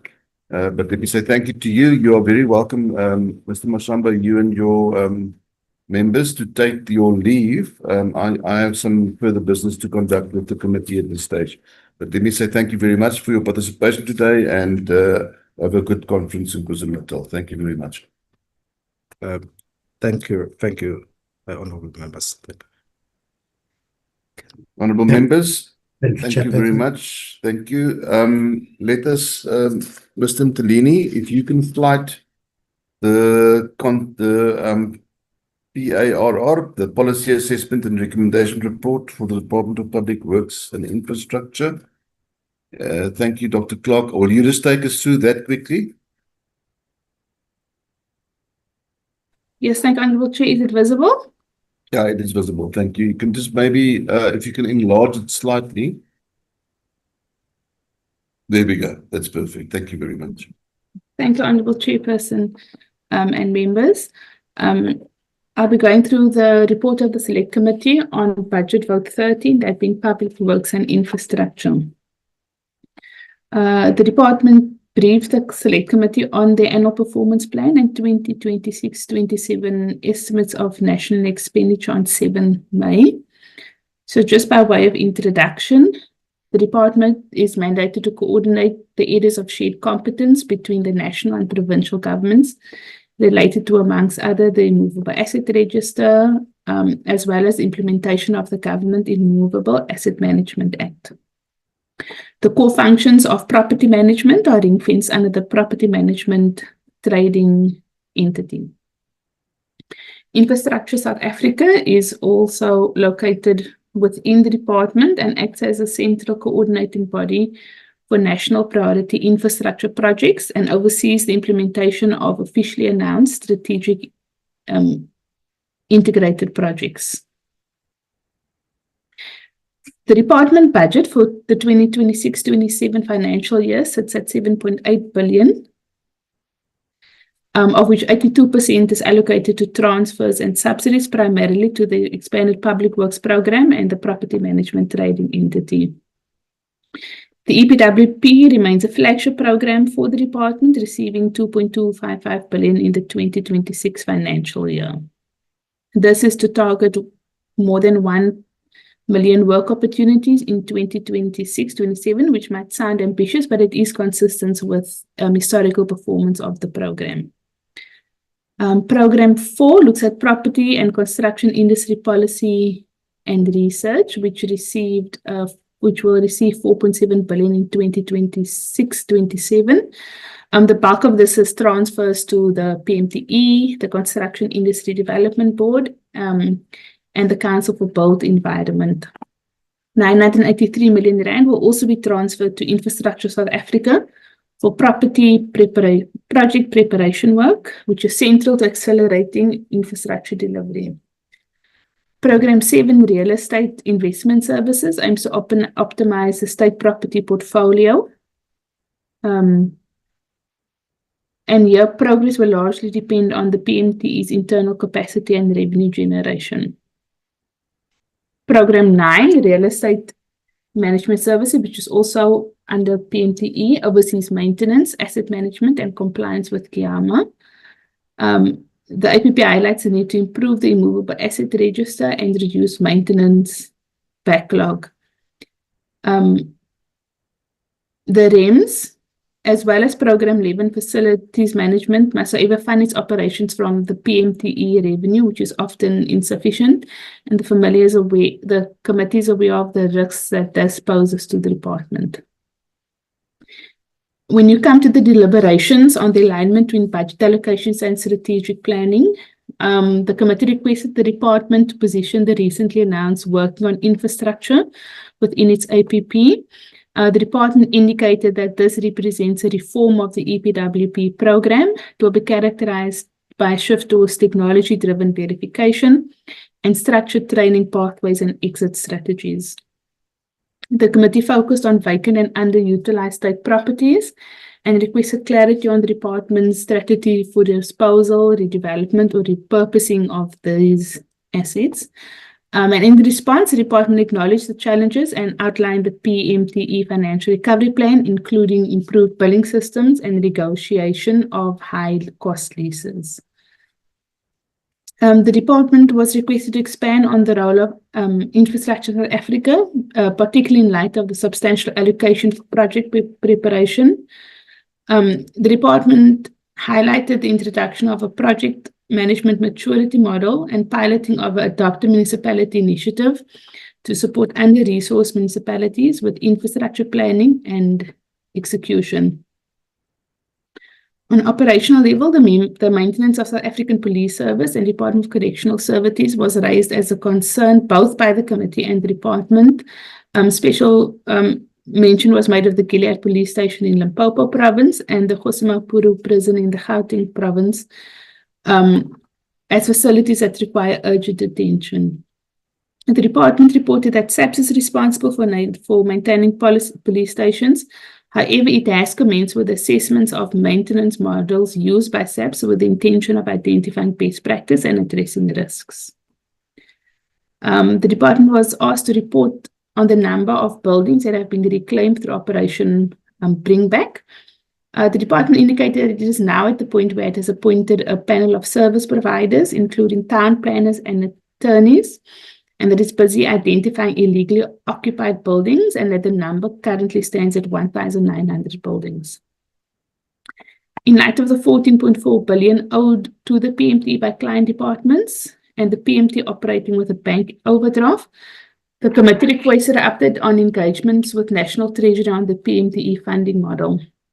The department then reported that it had made two proposals to National Treasury, one being to approve 3-year settlement agreements and another to approve a 20% increase in accommodation charges.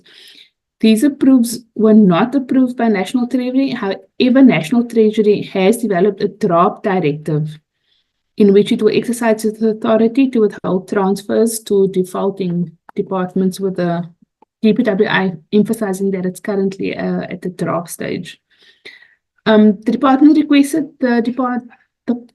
was requested to expand on the adopted municipality program, with members reporting that there seems to be uncertainty within municipalities themselves as to what this program will entail. Infrastructure South Africa responded that the program is targeted at under-resourced municipalities in 4 provinces. One of these municipalities is the Metsamaholo local municipality in the Free State province. The program will focus on municipal trading service and support ranges from project preparation and technical support to mobilizing funds for projects. The recommendations is that the Minister of Public Works and Infrastructure must ensure that the Department of Public Works and Infrastructure submit the conditioned assessment for all PMT properties per province, submit the 2025-26 approved sector reports on the implementation of the 2020-25-2030 sector plan, submit a report on the condition and maintenance and repairs plans of SAPS police stations per provinces, and then that department during the second quarter of the 27-28 financial year, so after the pilot has been concluded, brief the Select Committee together with Select Committee on Cooperative Governance and Public Infrastructure on the assessment of the adopted municipality pilot program. Thank you, Chair and honorable members.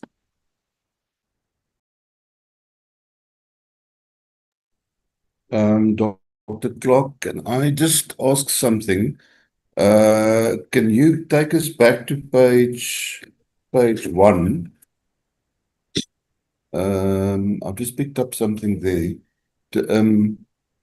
Okay, I'll go down. That's the introduction. So 1.1, 1.2, and 1.3 are introductory notes. But if you go down to 1.4, I think that is where your second heading must come in, the alignment between budget and allocations and strat plan. Yes.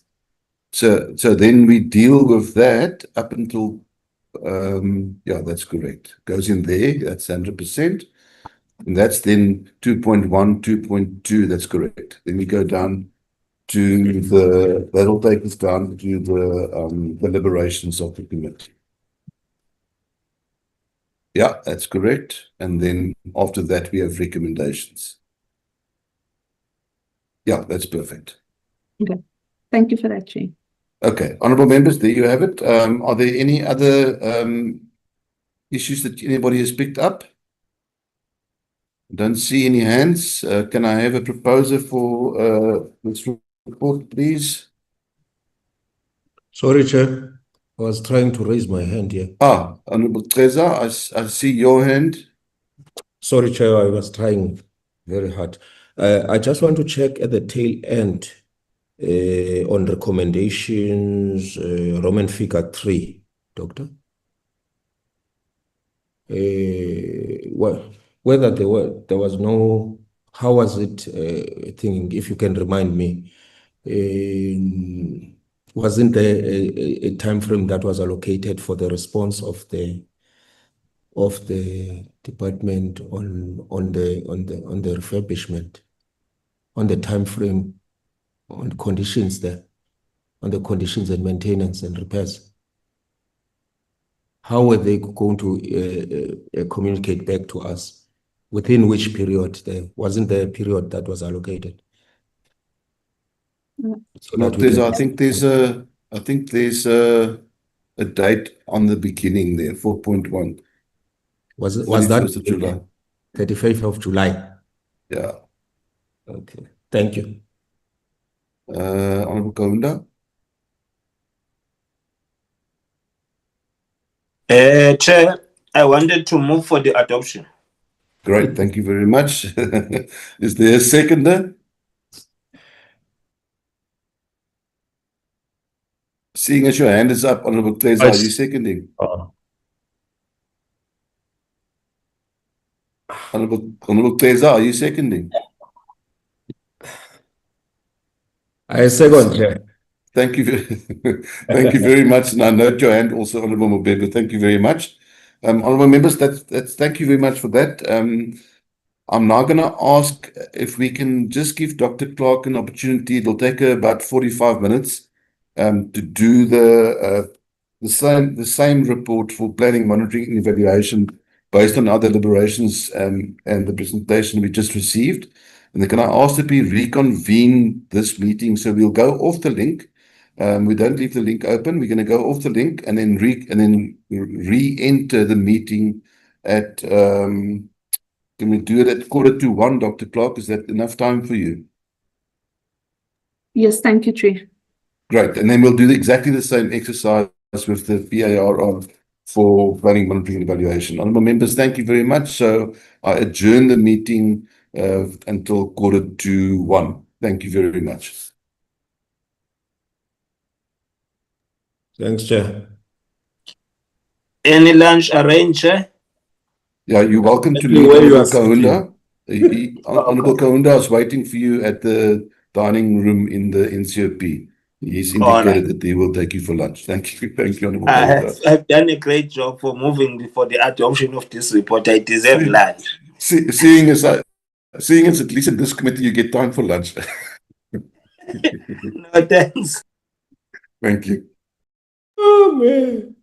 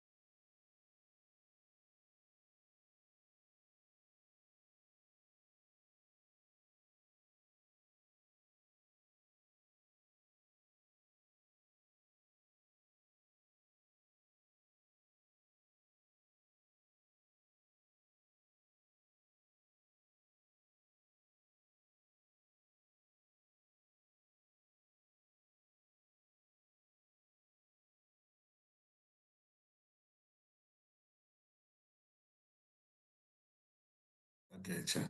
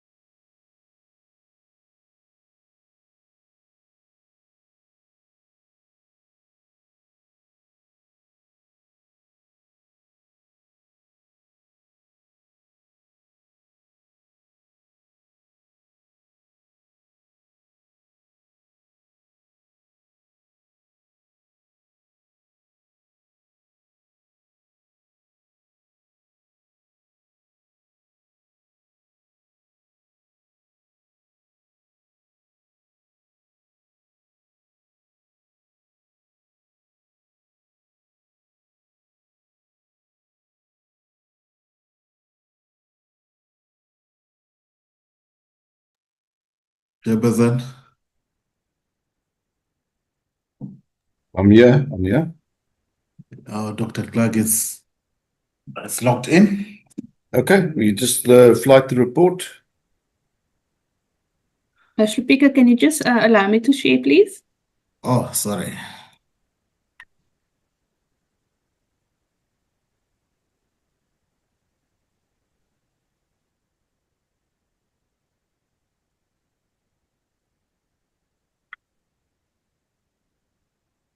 While we're waiting for Dr. Okay, Clark to thank get you. chairing rights, honorable members, welcome back to the meeting. Recording in progress. Welcome back to the meeting. It won't take long. Dr. Clark is going to just run us through the report. Thank you, Dr. Clark, for preparing the report in such short time. Over to you. Thank you very much, Honorable Chairperson, and hello again, members. I present the report of the Select Committee on Public Infrastructure administering the Presidency on Budget Vote 9, being Planning, Monitoring and Evaluation. I'll go a bit slower than normal, Chair, just to allow members to digest the report.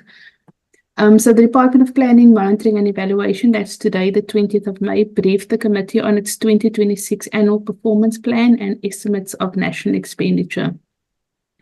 We just start by providing the core functions of the DPME, which is institutionalization of planning, monitoring, evaluation, and strategic interventions.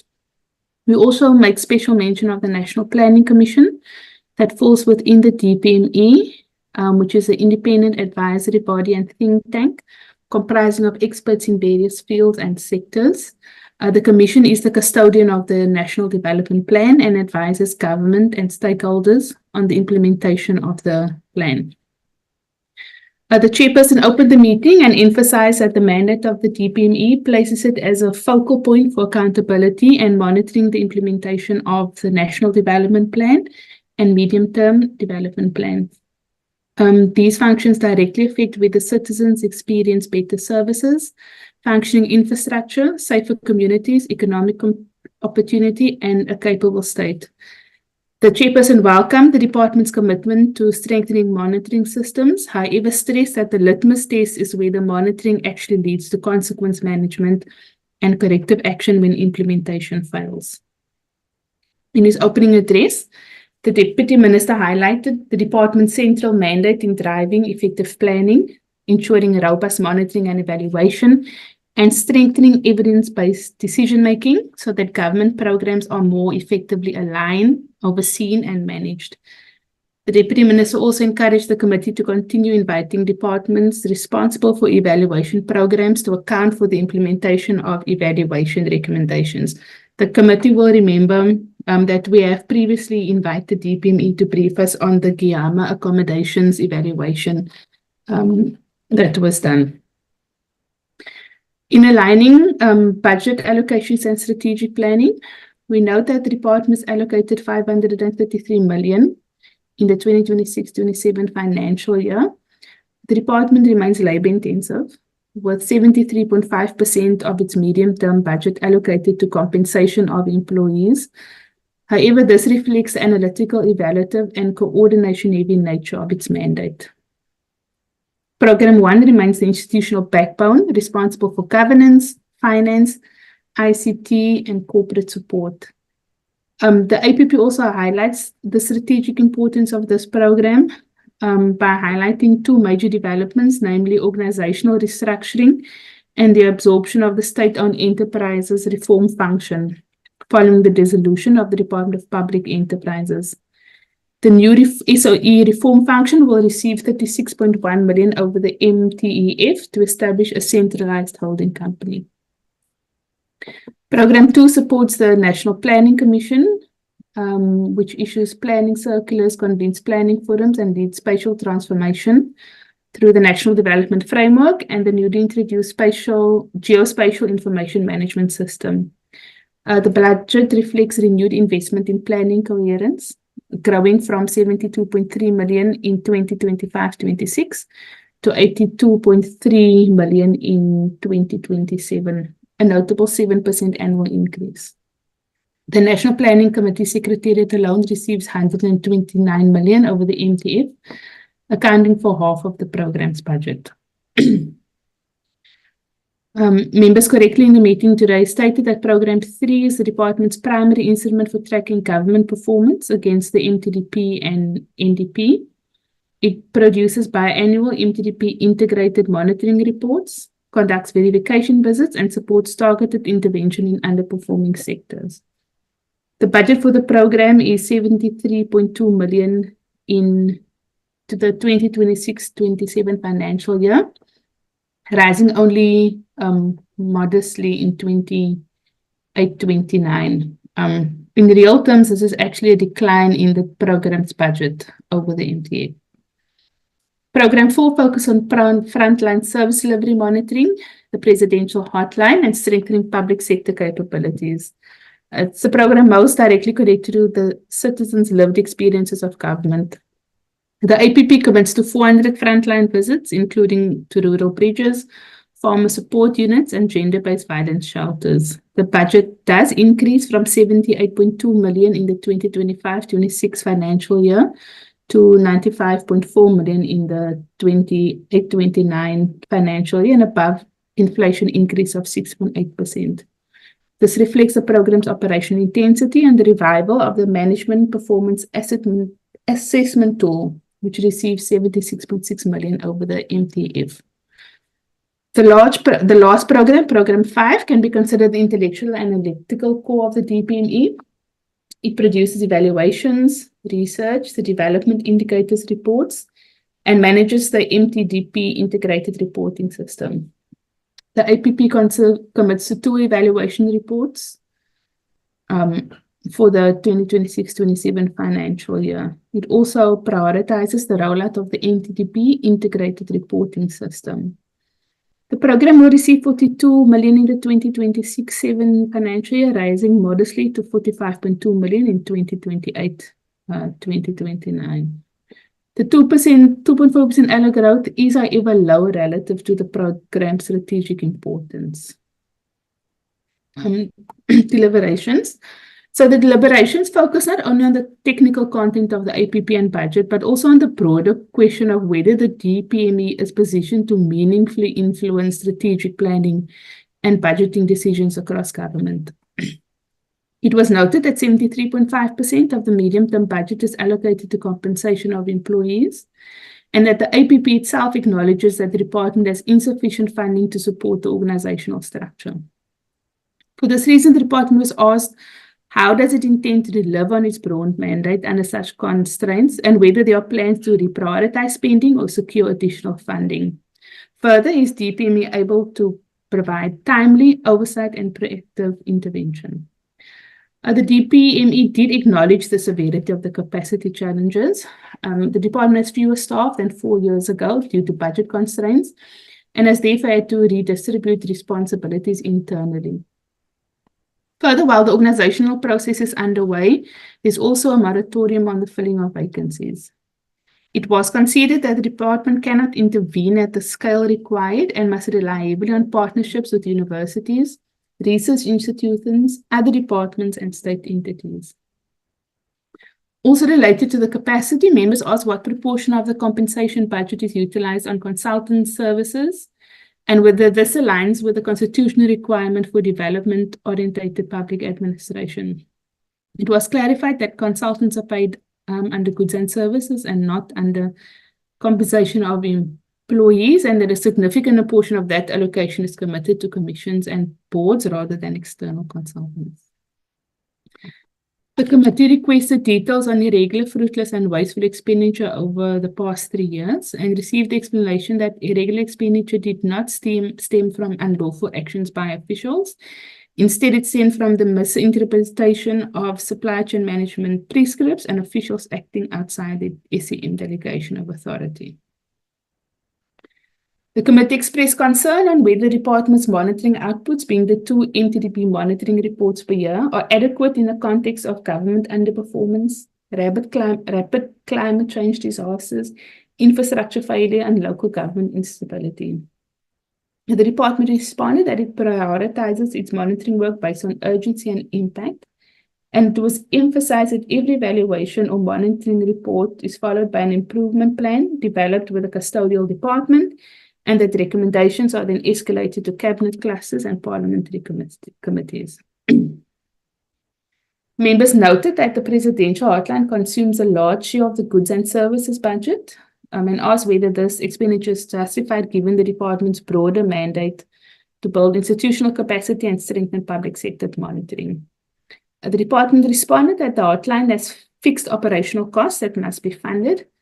Resolution data is tracked, and the hotline plays a critical role in identifying systemic service delivery failures. The department was also asked how it supports the 3 suites of government to improve planning coherence in the intergovernmental coordination instruments, including engagements with provinces during MTDB development, the use of the Premier's Coordinating Forum, and the National Steering Committee on Integrated Planning. The department noted that while it does not have direct oversight of municipal planning, which is under the Department of Cooperative Governance, it works closely with DCOG to ensure national priorities are integrated into integrated development plans and the district development model.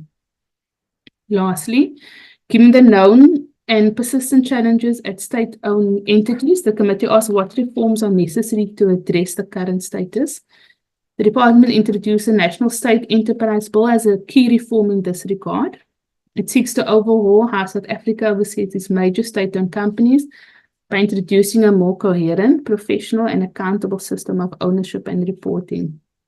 The bill is designed to end the fragmental model in which different ministries exercise inconsistent oversight, often leading to blurred accountability and unstable leadership. The bill introduces strict government standards for SOEs, including transparent, merit-based appointments of boards and executives, clear separation between policy-making and shareholder functions, and a uniform framework for board responsibilities, fiduciary duties, and performance expectations. Having deliberated, the recommendations are that the Minister and the President ensure that the Department of Planning, Monitoring and Evaluation by 31 July 2026 provide a cost breakdown of the production of the White Paper on Planning, Monitoring and Evaluation and the Planning, Monitoring and Evaluation Bill that was requested during the meeting. Also, it's recommended that the committee request a list of evaluation reports and corresponding improvement plans completed for departments within the Select Committee's portfolio that can then be worked into the committee's oversight plan. Also, that the department submit the MTTP monitoring reports completed once it's been completed and tabled in Cabinet. Again, that can then be worked into the committee's oversight report. Thank you very much, Honourable Chair and members. That is the draft. Thank you very much, Dr. Clark. Just go up to 3.6. 3.6, just change the spelling of status. Second line. There we go. That's the only one that I picked up. Honourable members, are there any other additions, corrections, comments? I don't see any hands. In the absence of that, can I have a proposer for the report, please? Thank you, Dr. Skeerkogel. Can I have a seconder for the report, please? Thank you, Honourable Breed. Much appreciated, honourable members. Thank you. Did somebody want to say something? No, that's good. Thank you very much, Dr. Clark, for doing this in a very short space of time. It's much appreciated. Honourable members, thank you very much. Mr. Ntalini, are there any minutes that we need to adopt before we say goodbye? Yes, Chairperson. Let's quickly go through that.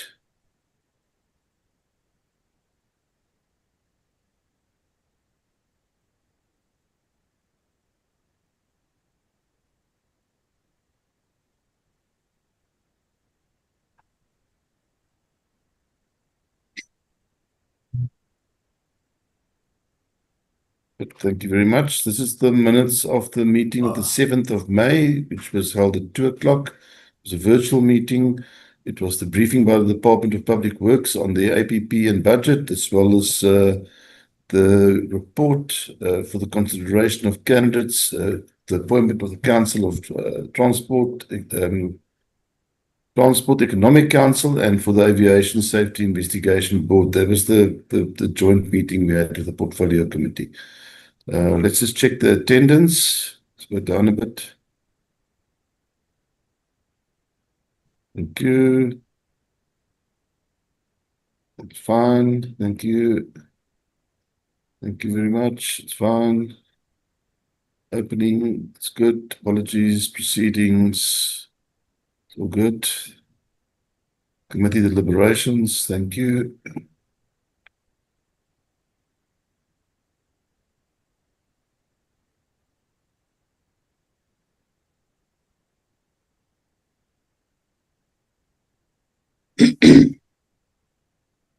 Good, thank you. Recommendations. Then we went over to the briefing by the Portfolio Committee and adjourned the meeting at 5 o'clock. Right, thank you very much, honourable members. Can I have a proposal for these minutes, please? Both hands. Thank you, Dr. Skeerkogel. Can I have a seconder, please?